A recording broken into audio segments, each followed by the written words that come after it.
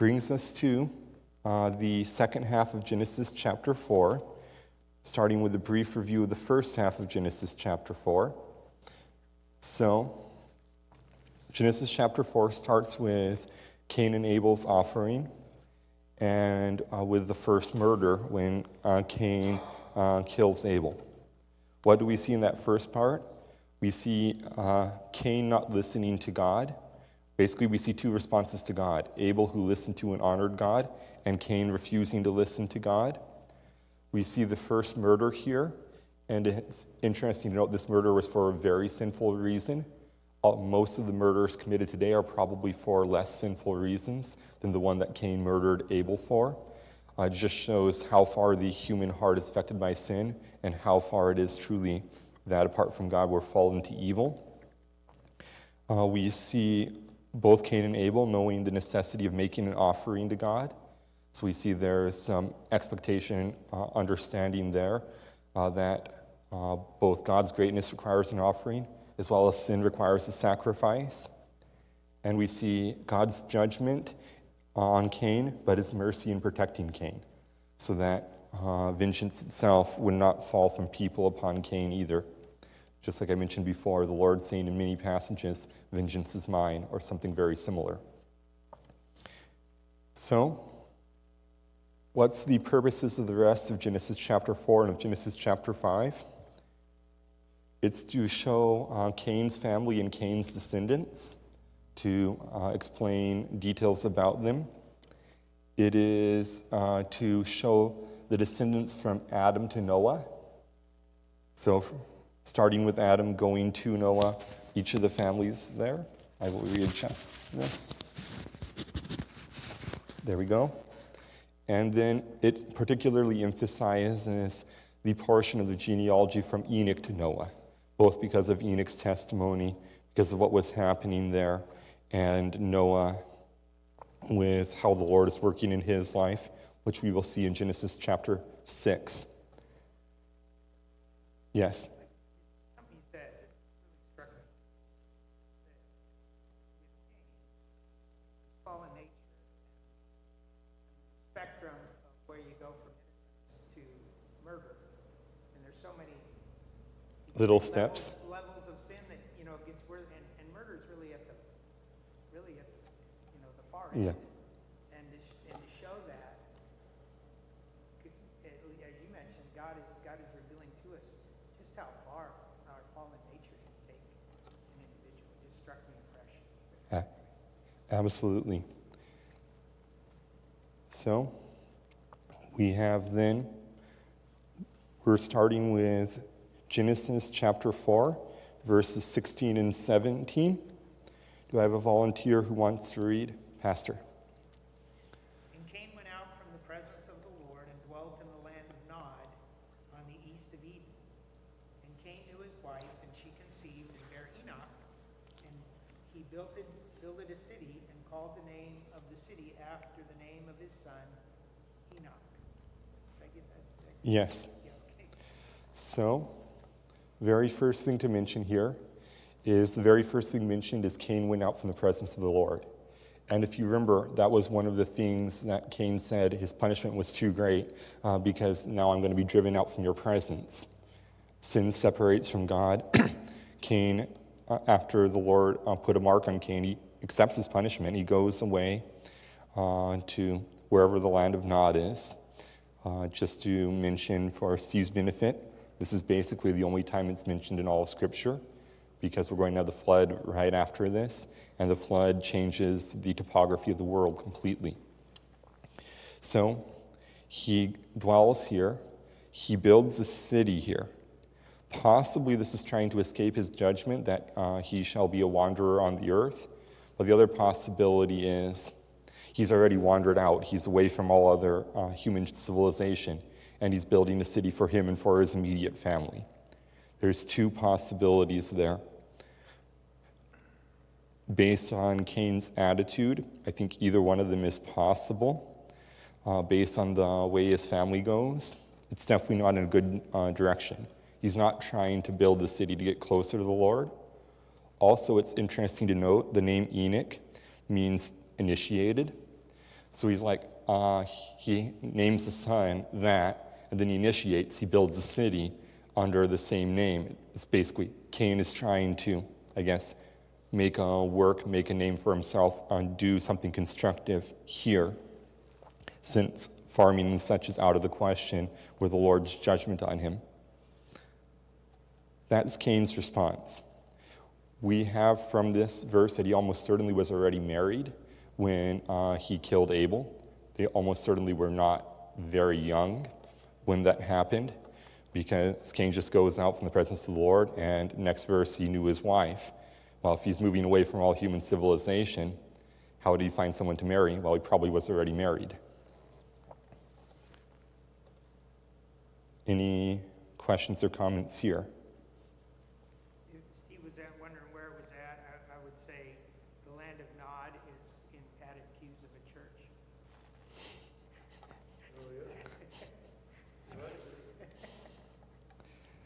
So, What's that? we then have verses 18 to 24. Go ahead, Steve. And to Enoch was born Irad, beget Mehujael. That's right. Beget Methuselah. Methuselah beget Lamech. Lamech took unto him 2 wives, and named the one Ada, and named the other Zilpah. And Ada bare Jabal, who the father said to dwell in tents and such as have cattle. And his brother's name was Jubal, who is the father of all such as handle the harp and organ.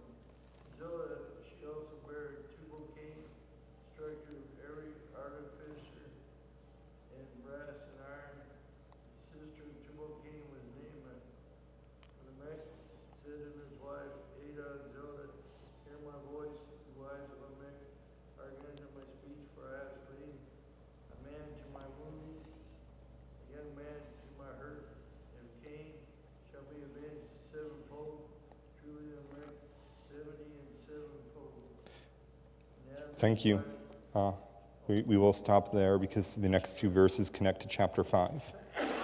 So, we have here Cain's family tree, specifically just the important family tree, because almost certainly there are a lot of other sons and daughters here. So, Cain's son is Enoch, so his grandson is Irad, his great-grandson is Mehujael, his great-great-grandson is Methuselah, and Lamech is in his great-great-great-grandson. So we're 5 generations down here. 5 generations is probably about halfway to the flood. And notice already we have Lamech taking 2 wives to himself. God's purpose was very clear. For this reason, a man shall leave his father and mother and cleave unto his wife, not wives. We have a direct disobedience of God's purpose in marriage already, 5 generations away, with Lamech taking 2 wives. Also notice Lamech's rest of... Basically, the Bible spends more time talking about Lamech and his family than it does about the entire rest of Cain's descendants, probably because this is indicative of man's spirit. So what's happening? What's Lamech's family doing? In verse 20, Ada or Jabal, he was the father of such as dwell in tents and have cattle. You already have animal domestication and herding.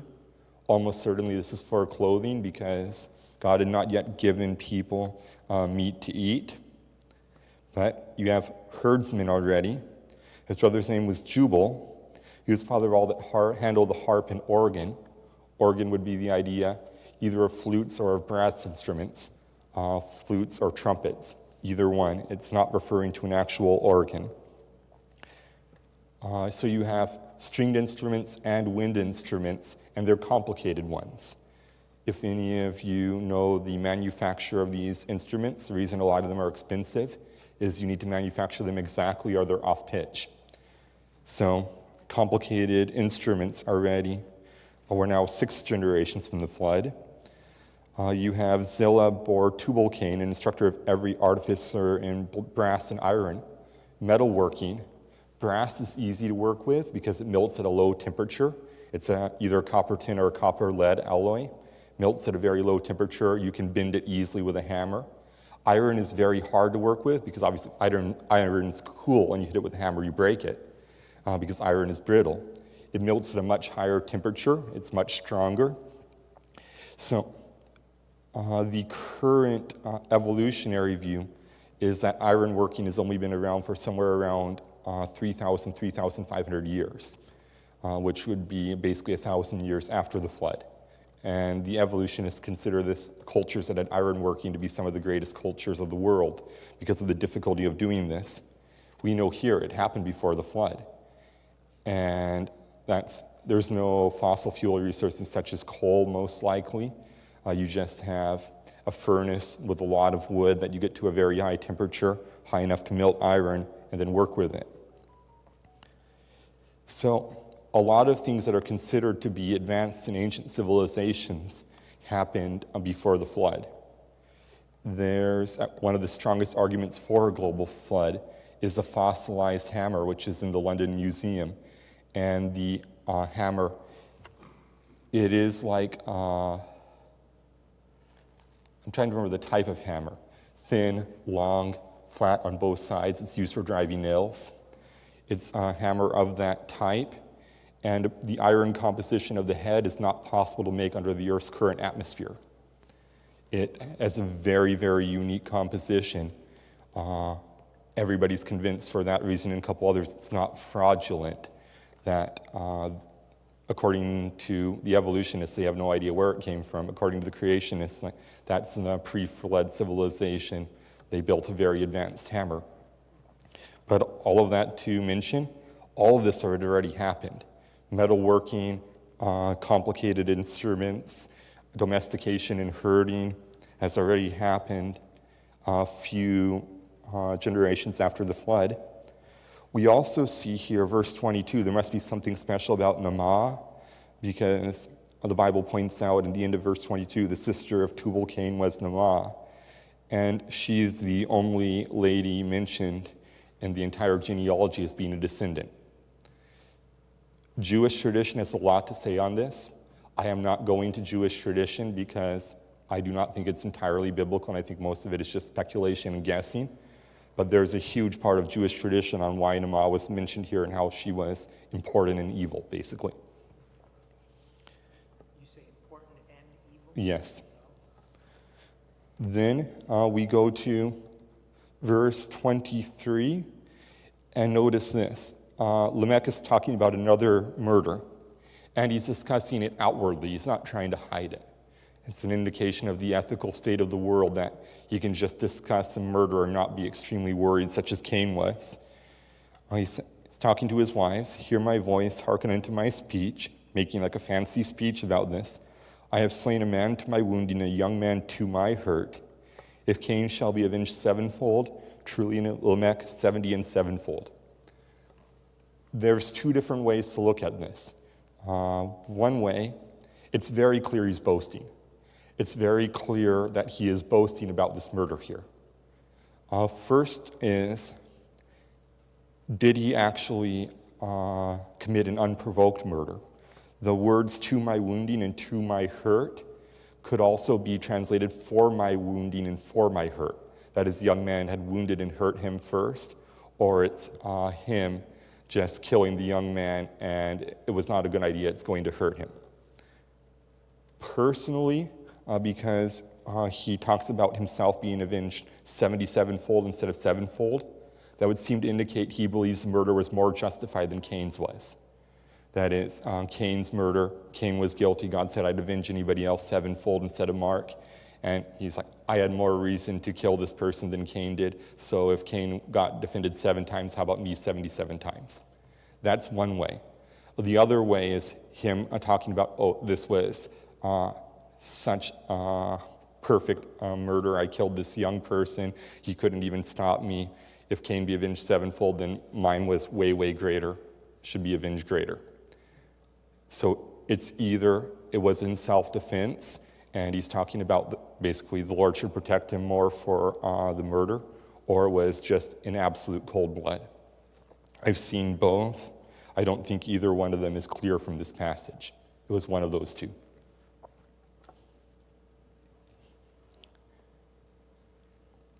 Regardless, we see murder as a lot more noble, or not noble, a lot more normal, because he can talk about it and not be worried about the fallout, the consequences. He's not ashamed of his murder at all. That's very, very clear. Things have changed. We know in the next chapter with the flood, every intent of the thoughts of his heart was only evil continually. Things got very, very bad. We see already he doesn't think there's anything particularly shameful about murder. Any questions here? Yes.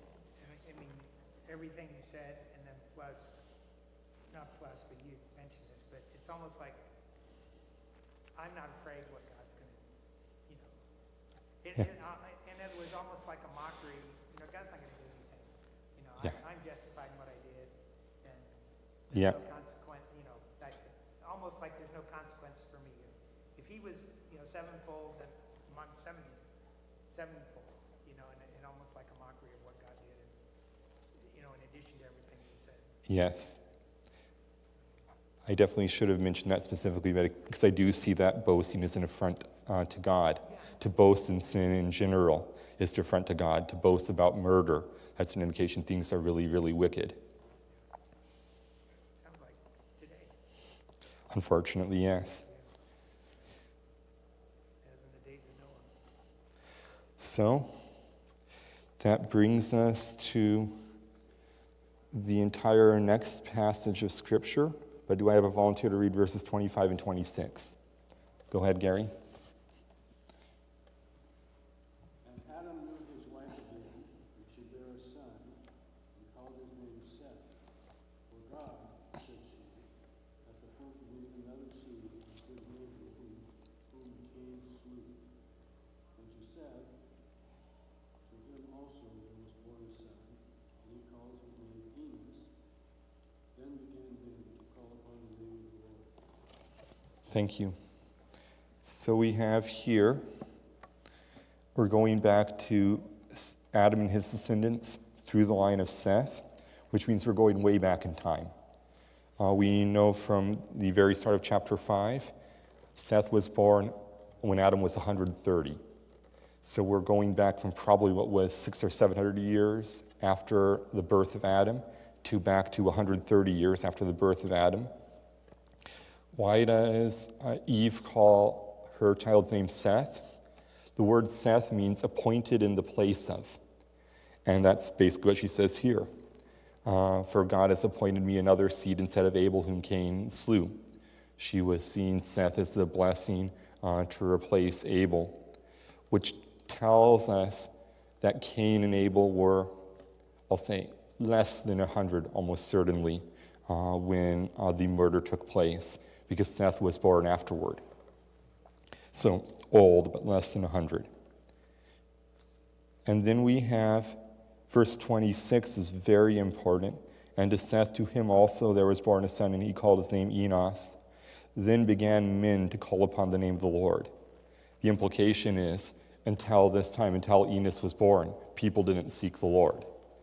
Well, we know from the start of chapter 5, which we'll get to shortly, that Seth lived to be 105 before Enos was born, which is, if Adam lived 130 and Seth lived 105 before Enos was born, that's 235 years before men begin to seek God.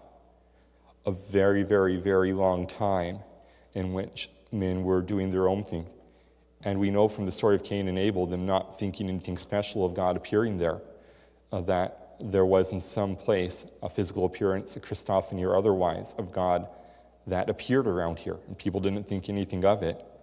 They didn't try to seek God for 235 years. Once again, it shows the spiritual nature of men. Men do not seek God on their own initiative. That's Romans chapter 3 and several other places in the Bible. Even when it's possible, the selfishness of men is very, very great. Men are much more interested in themselves than they are in the Lord.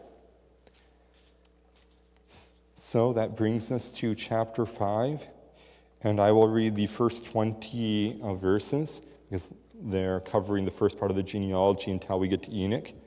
So we have, yes. mentions that. So I think that last statement there in verse 26, that men began to call upon the name of the Lord, that there, just from, I don't remember now offhand, but I remember reading through that before and somewhere doing some study. It does seem to imply a type of revival if there was nothing up to that time, and then all of a sudden men, not Yeah.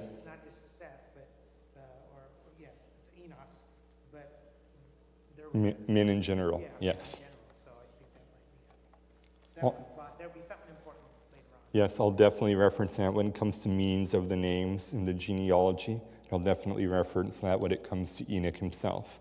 But it is very important there. So thank you for pointing that out. So we have chapter 5, verse 1. This is the book of the generations of Adam. In the day that God created man, in the likeness of God made he him. Male and female created he them and blessed them and called their name Adam in the day when they were created.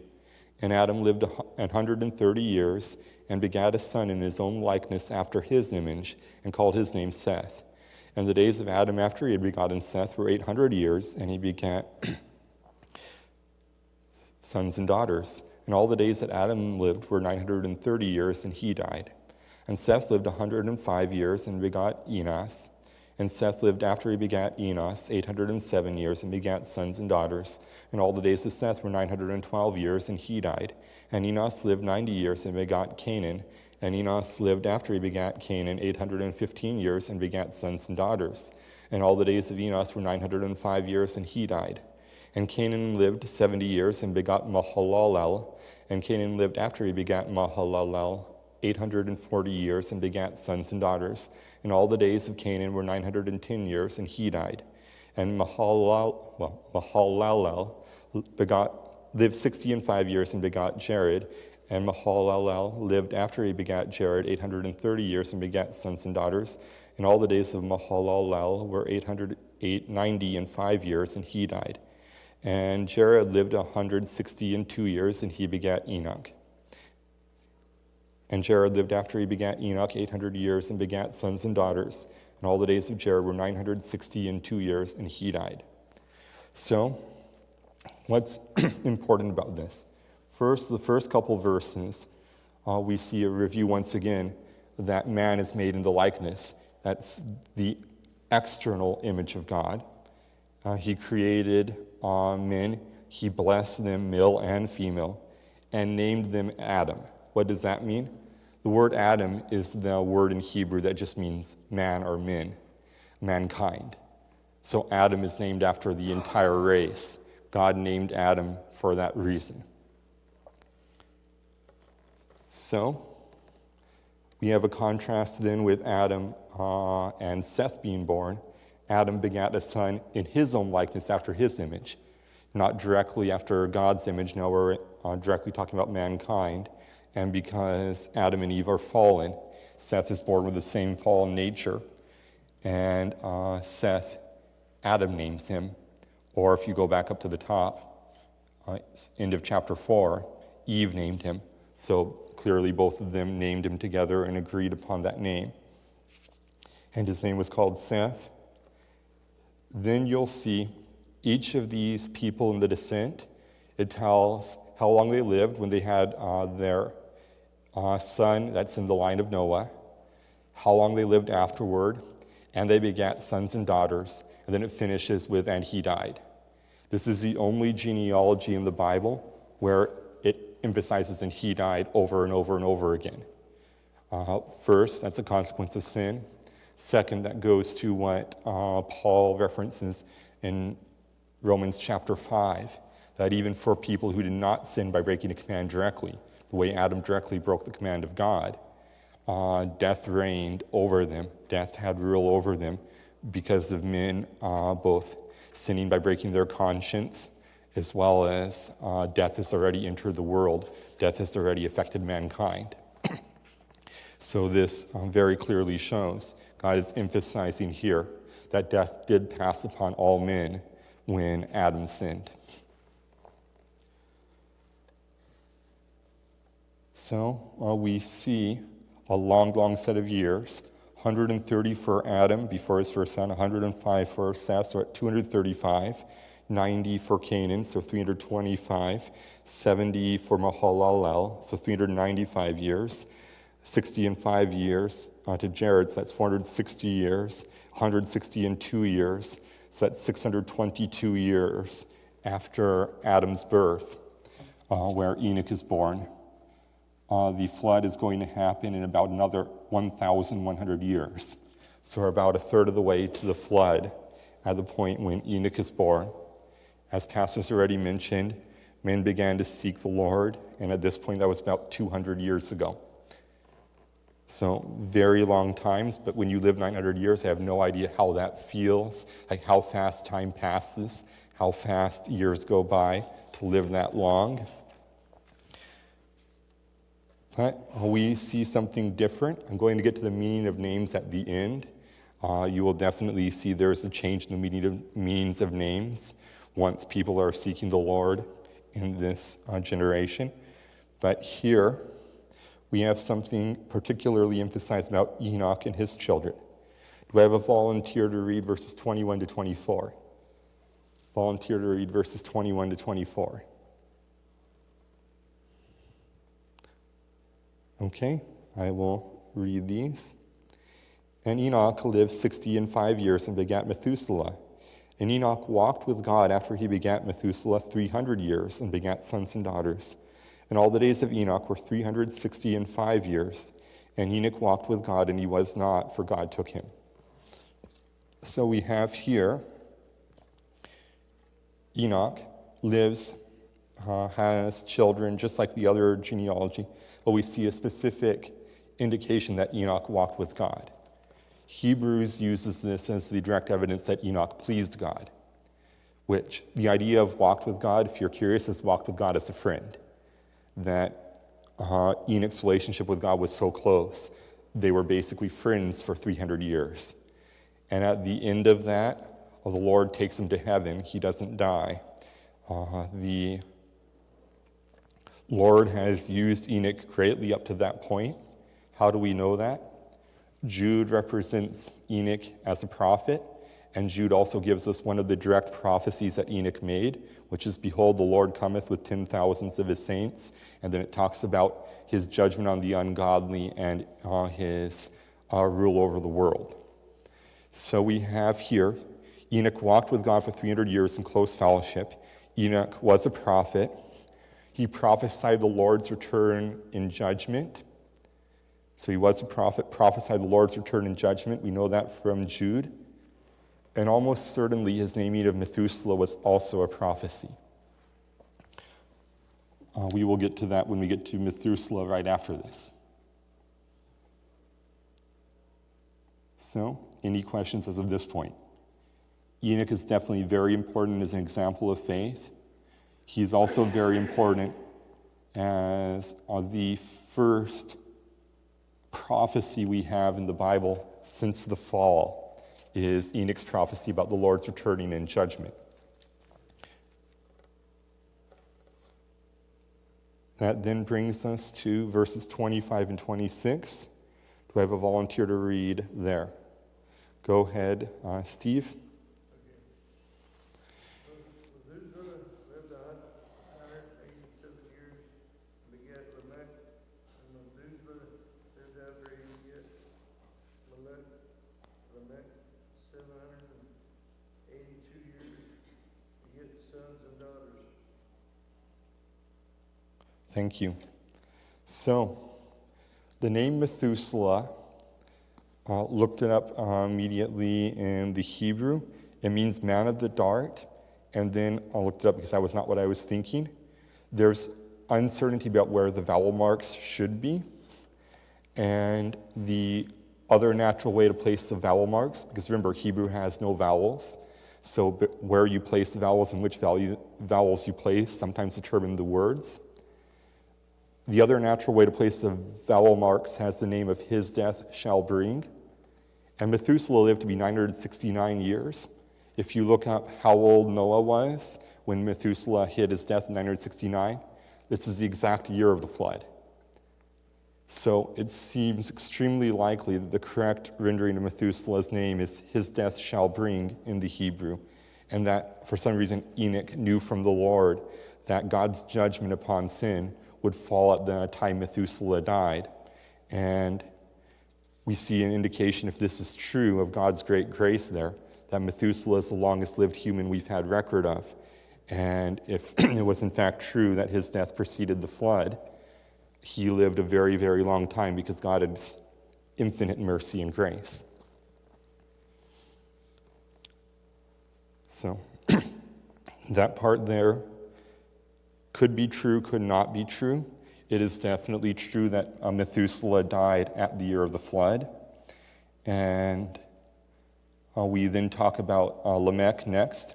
So I will read verses, yes. What was the one, the other, The other possible meaning is man of the dart. okay. And it's unlikely, although it's possible, they had weapons and such. We have no mention of that before the flood, as well as there were no nations. Like there's no reason you need an army. There's no reason to hunt. They used domesticated animals for clothing. You didn't eat animals for meat. So it seems very, very likely that the vowel marks should be placed to mean, it makes two Hebrew words, meaning his death shall bring. So that brings us to, do I have a volunteer to read verses 27 to 31? Go ahead, Gary. And all the days of Methuselah were 969 years, and he died. And Lamech lived 108 and 2 years, and he begat a son.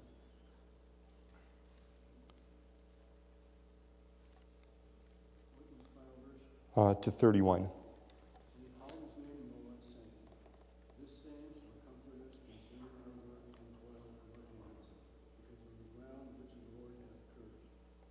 And Lamech lived after he begat Noah 595 years, and begat sons and daughters.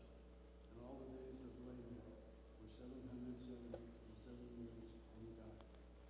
Lamech died actually before the flood. Methuselah was still alive. So Noah lived through the flood. Methuselah lived until it. Lamech died earlier. But we have here, when Lamech has Noah born to him, he calls his name Noah, which means comfort and rest, saying the Lord the same. So actually saying Noah shall comfort us concerning our work and toil of our hands because of the ground which the Lord hath cursed. We know after the flood, God promises never again to curse the ground for man's sake, although the imagination of his heart is evil from his youth. It seems that Lamech also had revelation from the Lord that because of a work he was doing through Noah, there would be no more direct cursing of the ground, although the thorns and thistles part is still in place, and that he expected Noah to bring comfort to the world. So, we get specifically now to the meaning of names. And you'll notice a very sudden shift after it's mentioned that men begin to seek God and what the names mean. So Adam, the name just means mankind. The name Adam just means man, mankind. It's the exact name in Hebrew for all of humanity. Seth means appointed, with the idea of appointed in place of, like we've already mentioned. Eve saying, God hath appointed me another son instead of Abel whom Cain killed. Then Enos, the name means mortal. Enos means mortal, and the idea of can die. The idea of basically that death is real. The name Canaan, it means fixed, as in the opposite of change. Not fixed as in you fix something to repair it. Fixed as in the opposite of change. That something that's fixed that is not changing with whatever's happening. That's the idea of the name Canaan. And now you see a very sudden shift in what the names mean. The next name, Mahalalel, means the blessed God. The halal is still used as blessing or praise. That's what the word means. And there are psalms in the psalm book that are considered to be halal psalms. They're psalms of praise. You have then the word Jared, means shall descend. And it does not seem to be coincidental that the names fit together. The blessed God shall descend. Enoch means initiate. It means to start. It means somebody's initiating or starting something. Like Cain named his son Enoch also at the time when he started building the city, meaning with the same name. Methuselah means his death shall bring, as already mentioned. Almost certainly that's the correct meaning of the name. Lamech means lamenting, as in the Lamentations, as in a lament in general. We have that word in English from the Hebrew. Lamech means lamenting, or I could say it's almost certainly from Aramaic, not from Hebrew, but the two languages are closely connected. And then Noah means comfort and rest. So you can put in sentences and such to the last part of the names and say, the blessed God shall descend and initiate, his death shall bring the lamenting comfort and rest. You can do that and basically explain several aspects of the gospel. I don't know if that's fully true or if the Lord fully set things up that way. I do think that the ordering of these names is not a coincidence in the way a lot of them fit together. And I very much believe Lamech is named lamenting because things are so bad at his time. And Noah comfort and rest because in some way he had revelation from God that God was going to bring comfort, bring rest to the world and to the curse he'd placed on it through Noah. Any questions here? Yes. Side note, that as you're reading through Genesis, you read Cain's line and there were some of the same names, just understand this is another line through Seth and so forth, so make sure we... Yeah, the two Enochs are not the same people. Right. Yes. And this Lamech as well.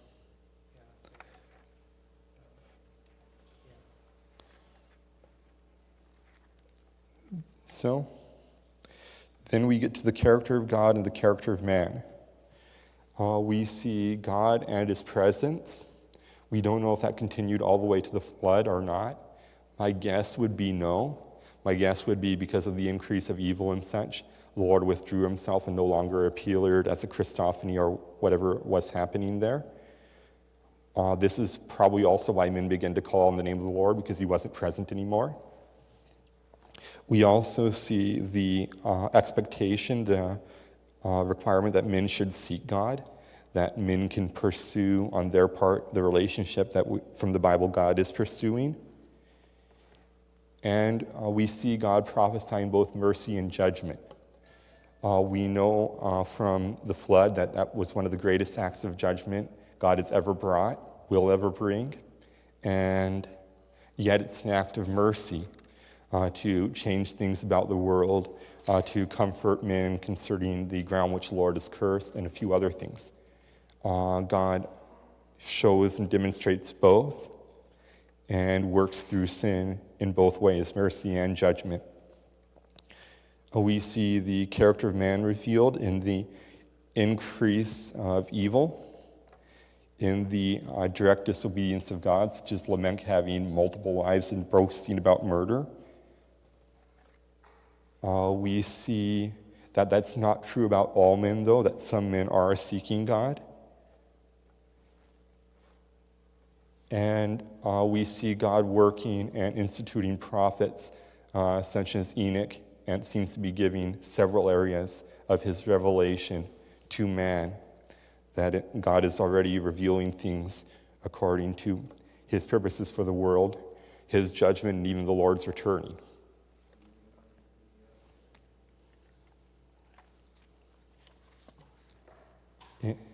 Any questions or final points here?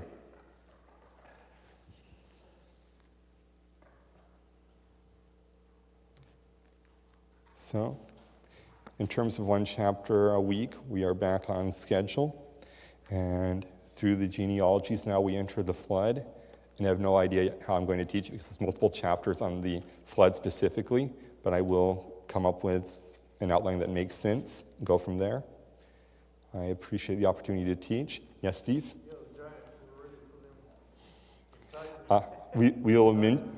We will mention them very briefly because they are mentioned biblically.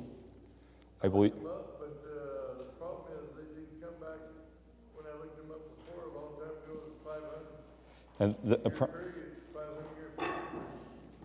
This time it wasn't there, I don't know what happened. the problem is that most of the stuff that's been written about the Nephilim in the Bible is not true.